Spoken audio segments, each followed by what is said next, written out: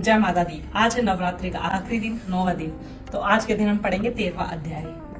उससे पहले गणपति को नमः। ओम गणपताय नमो नमः, ओम गणपताय नमो नमः, ओम गणपताय नमो नमः। ऋषि राज कहने लगे, मन में अति हर्षाए, तुम महात्मा देवी का मैंने दिया सुनाए। आदि भवानी का बड़ा है जग में प्रभाव, तुम भी मिलकर वैश्य उस देवी के गुण गाओ।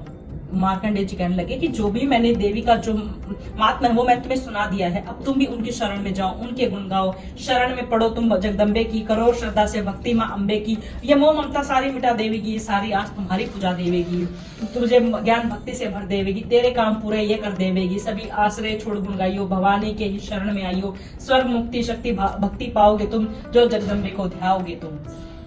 जब ये जो राजा थे और जो वैश्य थे, जब उन्होंने सारी सुने तो वो अभी वो क्या करते हैं वो 13वें अध्याय में पता चलेगा।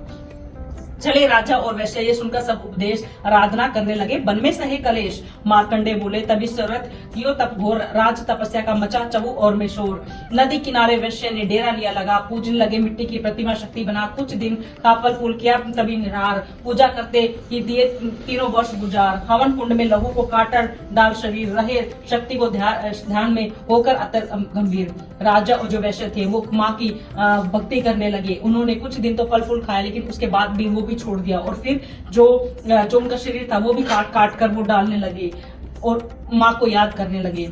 हुई चंडी प्रश्न दर्शन दिखाया, माँ दुर्गा ने कवच वचन मुंह से सुनाया। माँ प्रश्न हुई और माँ ने उनको दर्शन दिया और कहा, मैं प्रश्न हूँ, मांगो वरदान कोई, जो मांगोगे पाओगे मुझसे सोई। कहा राजा ने, मुझे तो राज चाहिए, मुझे अपना वही तख्ताज चाहिए, मुझे जीतने को शत्रु न पाए, कोई वैरी मेरे सन्मुख न आए। कहा वैश्य से, मुझे तो ज्ञान चाहिए, मुझे इस जन्म में ही कल्याण चाहिए। तो राजा ने कहा, मुझे तो अपना वही राज चाहिए, जो भी मैंने तख्ताज खोया है माँ, मुझे वही चाहिए, और कभी कोई शत्रु मुझे न जीतने पाए, कोई वैरी मेरे कभी सामने भी ना आ पाए।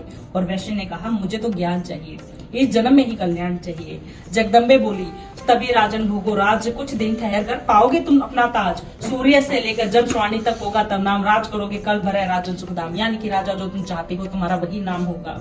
वैसे तुम्हें देती हूँ मैं ज्ञान का वह भंडार, जिसके पाने से तुम होगे भव से पार। दोनों भक्तों ने किया दाती ने कल्याण, न दुर्गा के पाठ का 13वां है यह अध्याय। जगदम्बे की कृपा से भाषा लिखी बनाए, माता की अद्भुत कथा जो पढ़ाए, सिंह वाहिनी दुर्गा से मन वंचित फल पा जाए। ब्रह्मा विष्णु शिव सभी धरे दाती का ध्यान, शक्ति से शक्ति का मांगे सब वरदान। अम्बे आदि भवानी का यश गावे संसार, अष्टभुजी मां अम्बे के भरती सदा भंडार। दुर्गा स्तुति पाठ से पढ़े सबकी आस, सती का टीका जो पढ़े मान विश्वास। अंग संग दाती फिर रक्षा करे हमेश, दुर्गा स्तुति से पढ़ने से मिटते सभी कलेश। यही था 13वां अध्याय।